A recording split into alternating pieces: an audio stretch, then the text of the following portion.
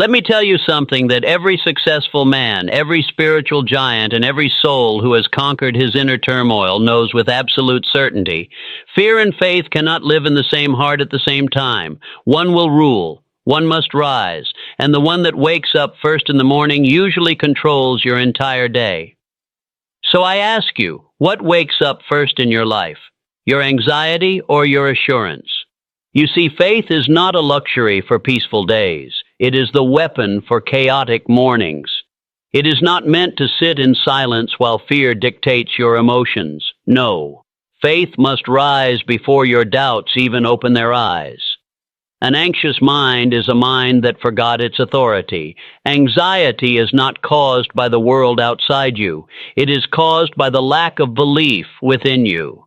The moment you forget who walks with you, the moment you forget that a divine intelligence governs this universe and that you are not alone, you give fear permission to lead.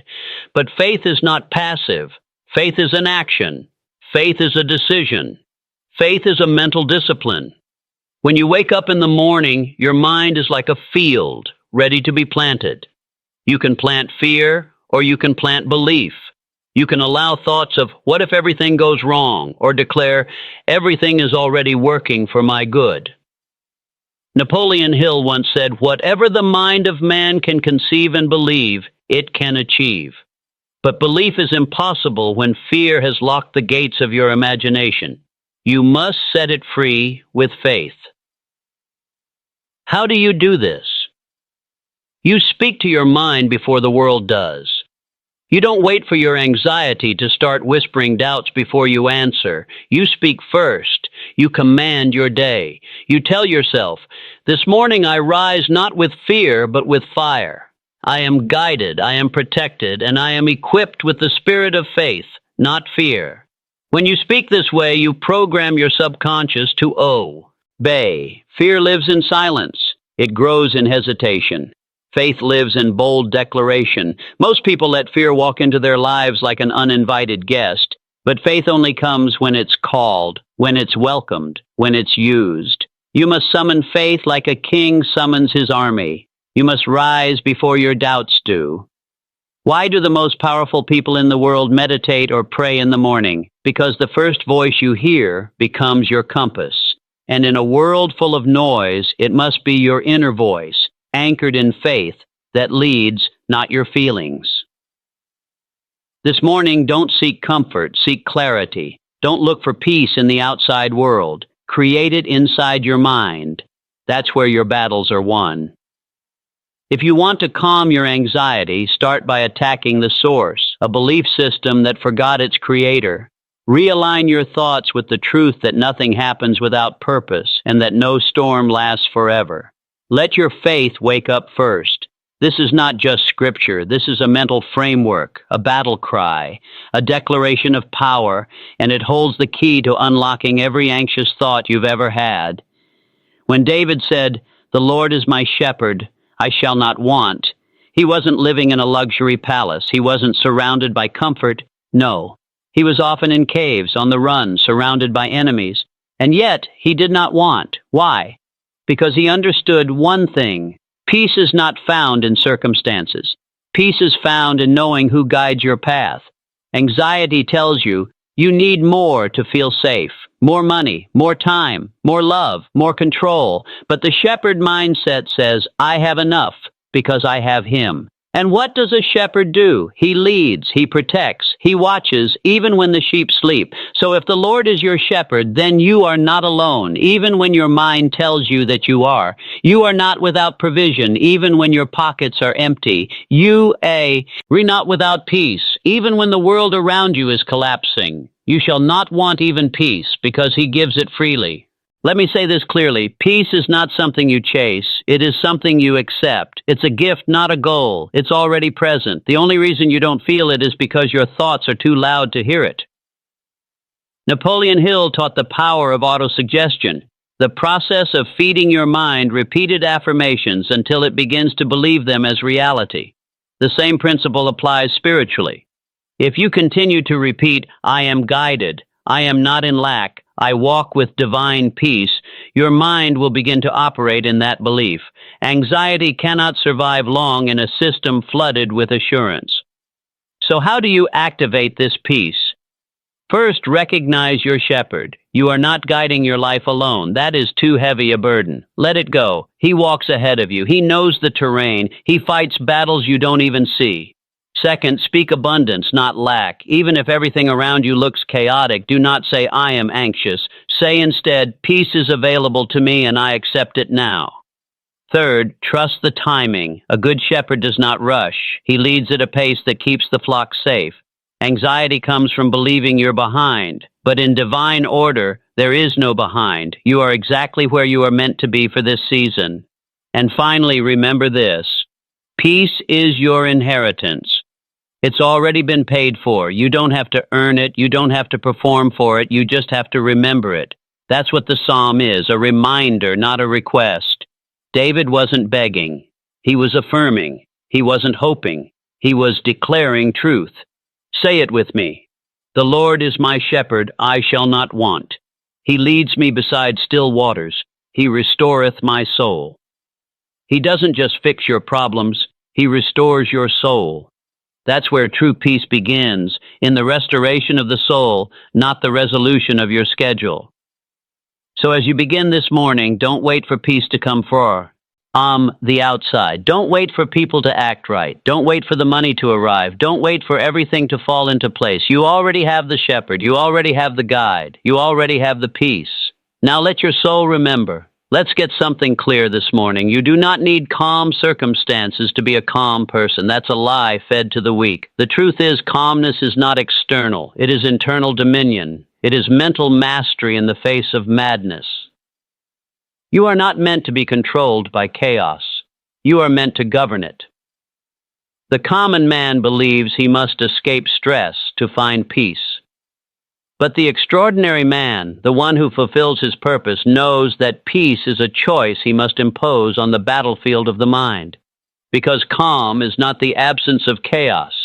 It is proof that your thoughts are aligned with higher truth. Napoleon Hill taught that every adversity, every failure, every heartache carries with it the seed of an equal or greater benefit. That seed only grows in a calm, fertile mind. But when anxiety runs your mind, the seed is scorched. That's why your first job each morning is to master your mental environment.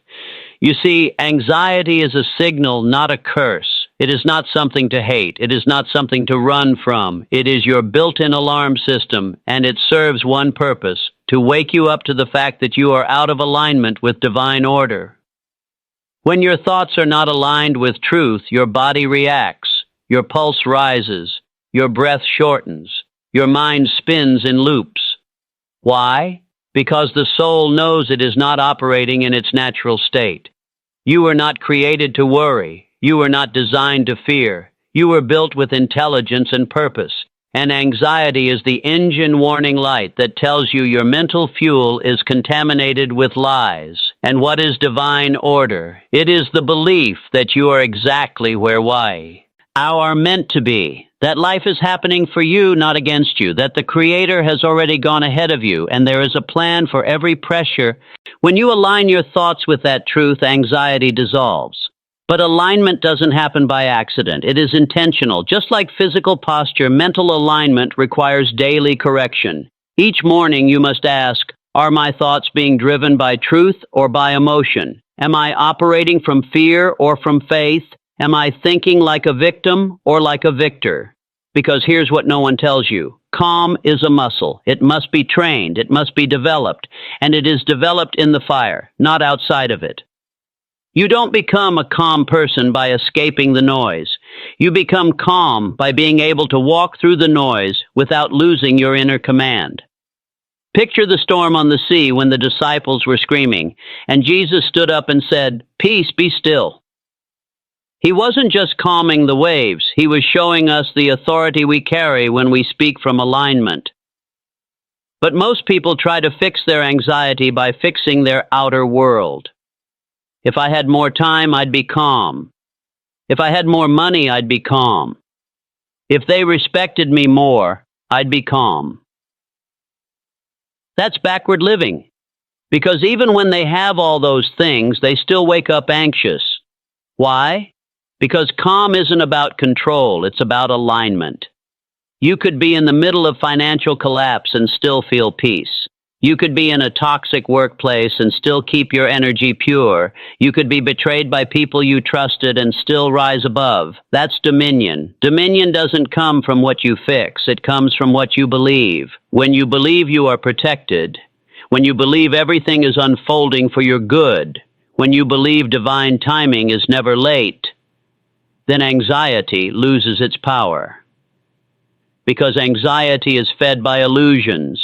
The illusion of control, the illusion of urgency, the illusion of scarcity. And divine truth breaks every illusion. That's why Hill was obsessed with the idea of D5s, nightness of purpose. He taught that a man without purpose is tossed by every wind of circumstance. That is the root of anxiety, disconnection from purpose and power. You must replace anxiety with definiteness of mind. You don't need to know every step. You just need to be certain that you are guided. Certainty is not arrogance. It is alignment with divine order. It is the posture that says, even when I don't understand the path, I trust the one who made it. That's calm. So the next time anxiety arises, don't curse it. Question it. What am I believing right now that is making me feel this way? Where have I left divine alignment and picked up fear? What thought needs to be corrected?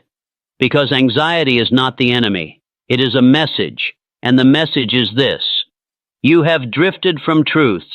Return now. Align again. Return where? Return to faith. Return to peace. Return to the belief that you are never alone, never without, never abandoned. Your calmness is your greatest tool in battle. It is your leadership, your power, your spiritual shield. And when you walk in that kind of calm, you do not need perfect conditions because you are the condition. You don't need silence because your thoughts are already still. You don't need people to treat you right because your emotions are not on sale. You are governed by higher law, so let the chaos come, let the storm rage, let the pressure build. But remember this: calm is not the absence of the fire, it is the revelation that you are the flame. Now take your place. Stand still in truth. Align your mind, and let your peace speak louder than the storm. Let's go deeper now, not into philosophy, but into responsibility. The anxious man pleads with his mind. The powerful man commands it. David, the king, the warrior, the man after God's heart. He didn't sit back waiting for peace to arrive like some external gift. He spoke to his soul. He looked within himself and declared, "Why art thou cast down, O my soul? Hope thou in God." That was not poetry. That was warfare. It was mental warfare. It was spiritual authority. And that's exactly what you must do when anxiety knocks. Talk to your mind before it talks to you. Most people let their mind run wild like a child unsupervised in a shopping mall, picking up everything, touching fear, grabbing confusion, getting lost in chaos. But the trained man, the man of dominion, governs his mind like a CEO governs his company. He doesn't let random thoughts decide the direction of the day. He decides what enters, what stays, and what must go. You must take that kind of ownership over your inner world. If your thoughts are causing anxiety, speak to them. Call them out. Say, "No, I will not accept this lie today. I command my mind to remember truth. I am led by peace, not panic." You are not your thoughts. You are the leader of your thoughts. David didn't wait for his emotions to change. He changed his emotions by speaking truth into his own spirit. That's where peace begins, not by escape, but by declaration. Let me tell you this clearly. If you don't tell your mind what to do each morning, the world will. If you don't choose faith, fear will choose you. If you don't program peace, anxiety will write your script. That brings us to the next principle. Every morning is a boardroom of decision. Choose to believe or choose to worry. Don't think your mind is empty when you wake up. It's already waiting for leadership. Picture your mind like a boardroom, a dozen voices at the tab. Lee, fear is there, doubt is there, but so is faith, so is truth, so is purpose. The moment you open your eyes, those voices wait for one thing, your vote. Every day, without fail, you cast mental votes for how your day will go. You vote for confidence or you vote for confusion. You vote for clarity or chaos. You vote for belief or breakdown. Most people make this vote unconsciously. They reach for their phone, scroll through noise, and let other people's anxiety become their own. They read headlines, compare lives, react emotionally, and then wonder why they feel powerless all day. You must vote with intention. Start your morning with a boardroom takeover. Walk in like a chairman of the soul and declare, "Today, I vote for belief. I vote for peace. I vote for divine alignment. I vote against fear, against doubt, against anything that does not serve my purpose." Because belief is not automatic. It is a deliberate choice, a morning discipline, a repeated decision. Every time you worry, you voted for fear. Every time you trust, you voted for destiny. Which one is getting more votes in your life? Worry drains energy. Belief multiplies it. Worry makes you reactive. Belief makes you proactive. Worry makes you smaller. Belief expands your capacity. You cannot serve both systems at once. You must cast your vote. You must lead the boardroom. And here's a deeper truth. Even when things go wrong, you still get to vote. Even when things fall apart, you still choose your interpretation. You still command your mental boardroom. This is what separates ordinary people from extraordinary leaders. The leader doesn't wait for a peaceful world to have a peaceful mind. The leader creates the world inside that overcomes the world outside. Anxiety is loud. It screams worst-case scenarios.